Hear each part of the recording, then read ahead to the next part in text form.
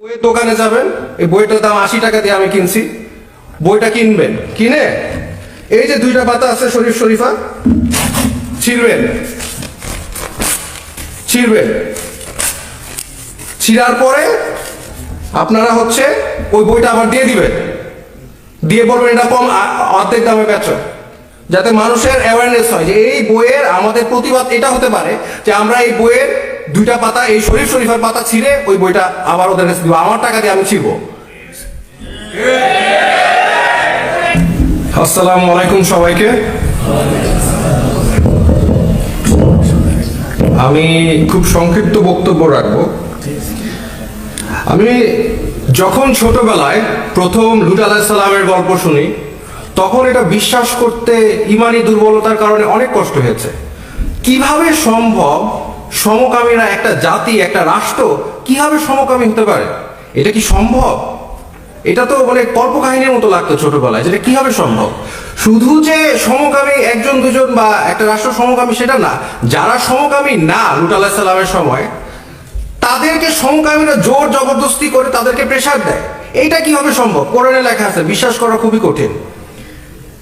কিন্তু তারপরে আমি আমার সিনিয়র লেকচারার যারা আছে তারা বিদেশে অনেক আগে গিয়েছে, আমি অনেক একটু জুনিয়র সবার থেকে বয়সে। আমি রিসেন্টলি গিয়েছি, মাস্টার্স পাস করে এসেছি। আপনি যদি বিদেশে যান, আমি ইংল্যান্ড ইউকে থেকে পড়াশোনা করেছি, আপনি যদি বিদেশে যান, কমওয়েলথ লুট যে কিভাবে সম্ভব ওটা আপনি নিজেই দেখতে পারবেন। সরওয়ার স্যার বলেছেন 40% আমেরিকানরা এখন সমকামী, বাচ্চা কাচ্চারা 40%। তার মানে কি দুজনের মধ্যে একজন সমকামী? কিভাবে সম্ভব?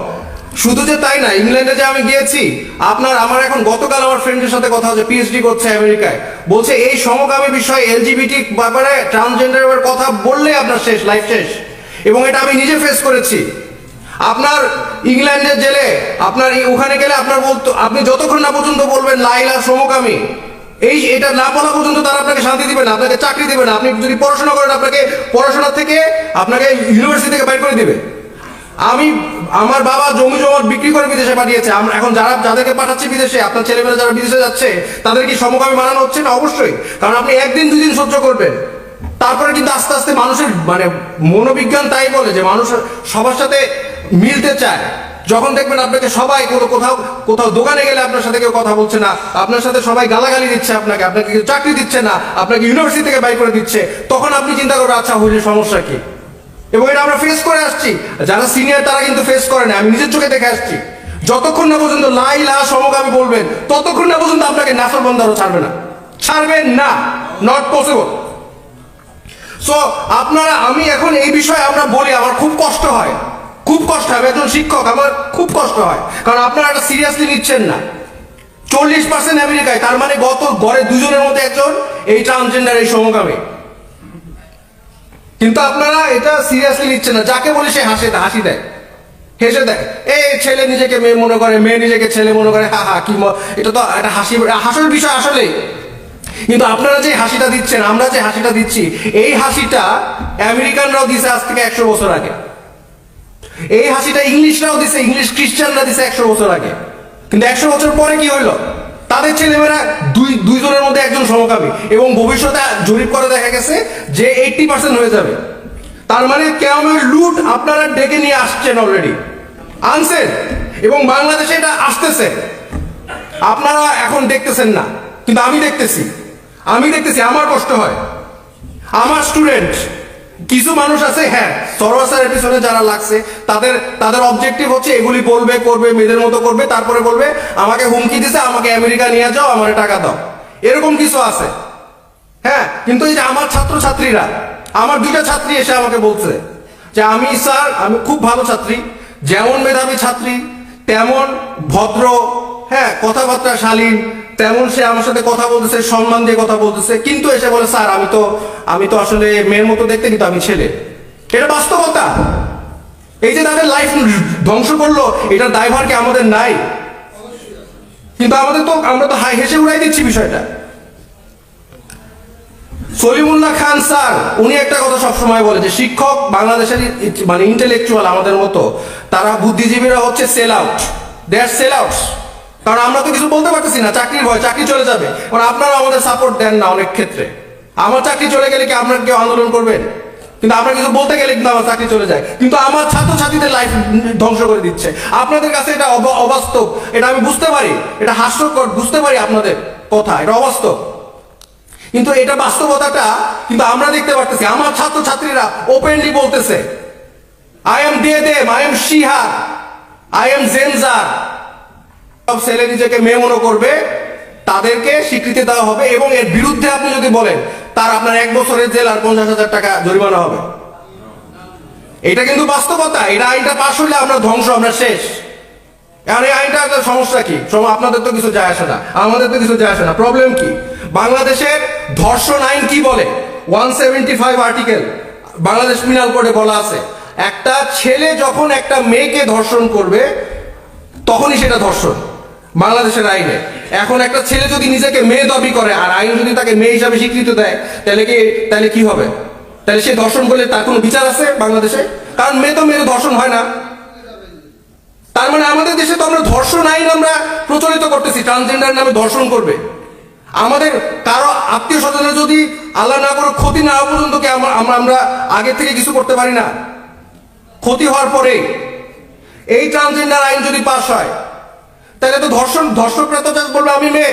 এখন আপনারা বলবেন এটা তো কোনোদিন হইতে পারে না, এটা তো বাস্তব কথা না। আমি উদাহরণ দেই, ডেমি মাইনর, এটা বিদেশে, তো উনি হচ্ছে ওরা প্রিজনে নিছে, সে হচ্ছে তারা প্রিজনে নিছে, মেয়েদের জেলে নিছে, মেয়েরা প্রেগনেন্ট হয়ে গেছে এখানে। আরেকজন আছে ইসলা বাইরন, স্কটল্যান্ডে, সে হচ্ছে ধর্ষক, সে বলছে আমি নারী। সে ধর্ষক, 2টা মেয়েকে ধর্ষণ করছে, সে নারী, সে গেছে মেয়েদের প্রিজনে, জেলখানায় গেছে মেয়েদের। এইগুলো বাস্তবতা আপনি বাংলাদেশে আনতেছেন, কিন্তু আমাদের সচেতনতা নাই। আমি বেশি বক্তব্য দিব না, আমি জাস্ট একটু শেষ করে ফেলি তাড়াতাড়ি শরীফ শরীফার গল্প দিয়ে। দেখেন, এই যে গল্পটা, আমার কাছে বই আমি কিনলাম, আবারও বলি বইটা দেখেন। হ্যাঁ, আমি কিনলাম, কেনার সময় আমার সাথে আশেপাশে যারা দেখছে তারাও দেখে দেখে হাসি দিল। মজার বিষয়, এটা কি দিছে? হ্যাঁ, এই যে লেখা আছে, ছোটবেলায় সবাই আমাকে ছেলে বলতো, কিন্তু আমি নিজে এক সময় বুঝলাম আমার শরীরটা ছেলেদের মতো হলেও আমি মনে মনে একজন মেয়ে। সে যদি মেয়ে হয়, একটা ছেলে যদি মেয়ে হয়, আর সে তাহলে তার বিয়ে হবে কার সাথে? ছেলের সাথে। তার মানে কি? সমকামী, যেটা আমাদের দেশে অবৈধ, কিন্তু সেটাকে বৈধতা করা হচ্ছে এই গল্পের মাধ্যমে। একটা আপনাদের ছোট যাদের ছেলে মেয়ে আছে, ভাই বোন আছে, তারা তো জানেন ছোটবেলায় অনেক ছেলে নিজের মেয়েদের জুতা পরে, মেয়েদের মতো মেকআপ করে, এটা তো স্বাভাবিক, তাদেরকে আমরা শুধরাই দেই। তারপরে তার পারবেন না, তাদেরকে স্কুলে ব্রেন ওয়াশ করা হবে, যেটা আমেরিকা ইংল্যান্ডে করা হচ্ছে, যে তুমি মেয়েদের মতো করছো তো তুমি মেয়ে। এরপরে আমাদের জেনারেশন পর জেনারেশন ধ্বংস হয়ে যাচ্ছে।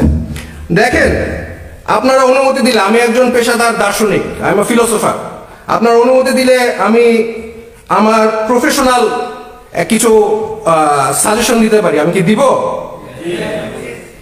ওকে, আমাদের এই বইটা আছে, এটা অলরেডি পাবলিশ, ঘরে ঘরে আছে। যাদের সামর্থ্য আছে তারা একটা কাজ করবে, সেটা হচ্ছে বইয়ের দোকানে যাবেন, এই বইটার দাম 80 টাকা দিয়ে আমি কিনছি, বইটা কিনবেন, কিনে এই যে 2টা পাতা আছে শরীফ শরীফা, ছিঁড়বেন, ছিঁড়ার পরে আপনারা হচ্ছে ওই বইটা আবার দিয়ে দিবেন, দিয়ে বলবেন এটা কম, অর্ধেক দামে বেচো, যাতে মানুষের অ্যাওয়ারনেস হয় যে এই বইয়ের আমাদের প্রতিবাদ এটা হতে পারে যে আমরা এই বইয়ের 2টা পাতা, এই শরীফ শরীফার পাতা ছিঁড়ে ওই বইটা আবার ওদের কাছে দিব, আমার টাকা দিয়ে আমি ছিঁড়বো,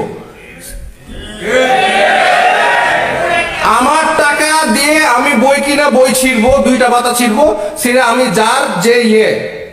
যার দোকান তার কাছেই দিব, বলবো তুমি তোমার টাকা আমি কিনছি, তোমার লাভ হয়েছে, বই আরো লাভ করো, তুমি আরো 40 টাকা লাভ করবা, হাফ দামে বেচো।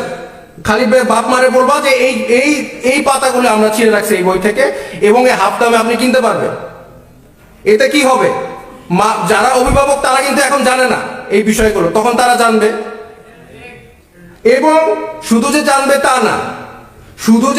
তা না, তারপরে তারা এই বিষয়টা আমরা তাদেরকে দেখাই দিব যে এখানে প্রতিবাদ হচ্ছে, আমরা এই বইয়ের পাবলিকেশন যেগুলো পাবলিশ হচ্ছে সেগুলো আমরা যদি কে ছিঁড়ে ফেলে এই 2টা পেজ এবং এটা যদি ফেসবুকে আপলোড করি সবাই যে আমরা ছিঁড়তেছি জায়গায় জায়গায়, ছিঁড়ে আমার টাকা দিয়ে আমি ছিঁড়বো, কার কি তারে আমি দিব, আমার টাকা দিয়ে আমি ছিঁড়বো এই 2 পাতা।